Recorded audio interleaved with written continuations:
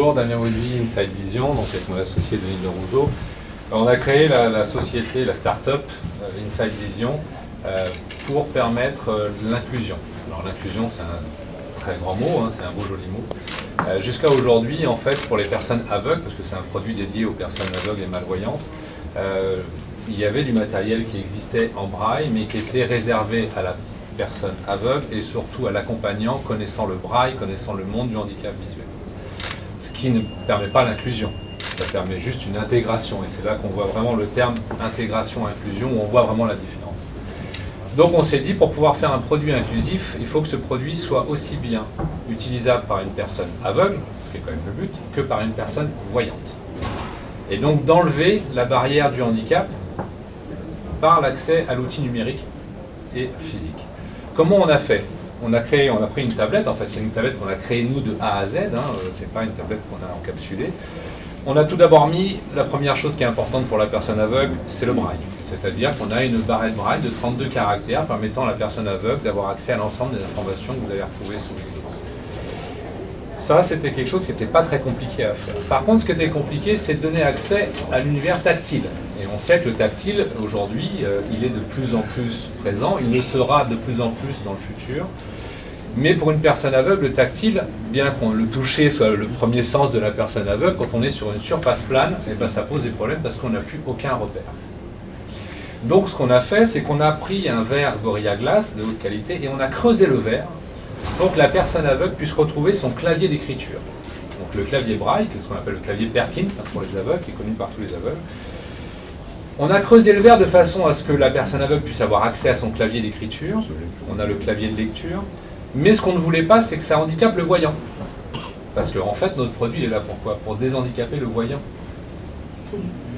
Et c'est là tout le terme qui est très important. C'est-à-dire qu'un parent qui veut aider son enfant qui est aveugle à l'école, jusqu'à aujourd'hui, il ne peut pas, il ne connaît pas le braille. Ou alors il faut qu'il apprenne le braille, mais il ne le pratique pas, donc ça pose un problème.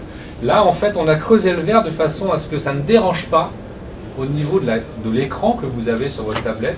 Donc on l'a creusé de façon à ce qu'il n'y ait aucune déformation optique, mais permettant à la personne aveugle d'avoir accès à son clavier.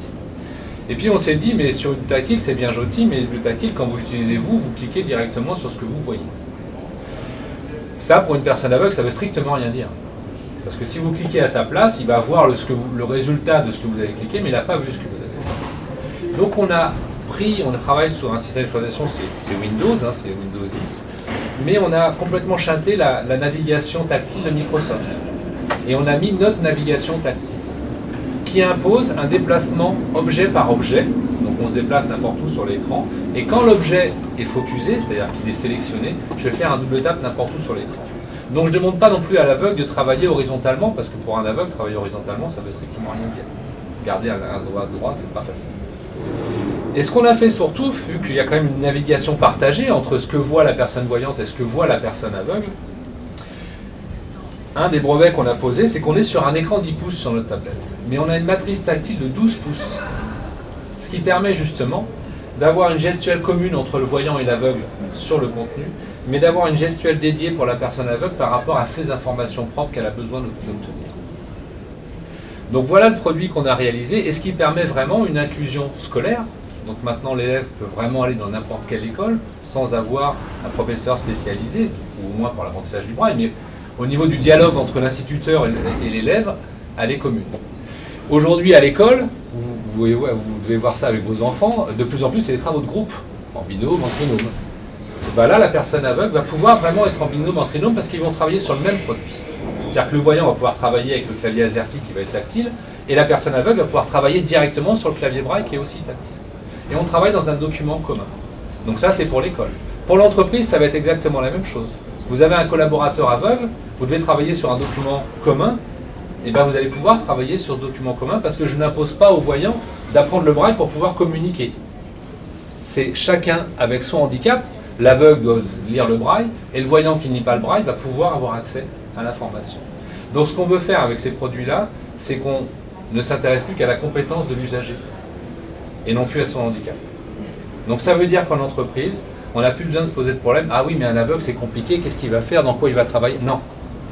Il a un outil. Il y a un outil communicant qui est là, et après, c'est la compétence qu'il faut. Notre rencontre avec Arts et Métiers est vraiment pour faire évoluer encore ce produit-là. La compétence d'Arts et Métiers, c'est justement les gars de arts, hein, les experts qui sont là, qui vont pouvoir nous aider à améliorer encore ce produit et aller beaucoup plus loin dans ce produit, l'haptique. Alors c'est un bien grand mot, l'haptique, hein, on l'emploie de plus en plus. Hein.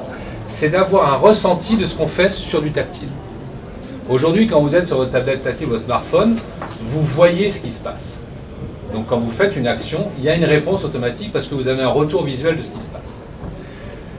Ce qu'on est en train de, on aimerait faire et ce qu'on est en train de rechercher avec les gars de arts et Arts et Métiers, c'est vraiment d'avoir un retour physique de ce qu'on est en train de faire.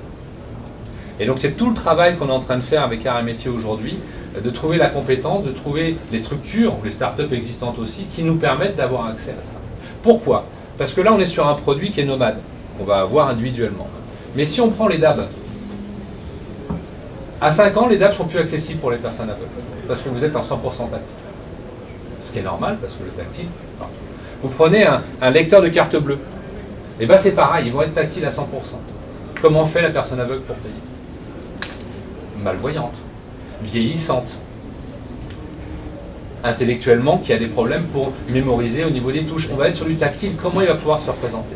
Et bien l'haptique et le braille et le vocal vont permettre aux personnes aveugles, malvoyantes, aussi à autre handicap, ou en tout cas vieillissantes, d'avoir un retour physique de ce qu'il est en train de faire. Vous allez actuellement, on va prendre un exemple à la SNCF pour chercher votre billet, c'est du tactile, quand vous appuyez, vous ne savez pas s'il y a un retour. Vous ne savez pas si vous avez appuyé sur le bon bouton.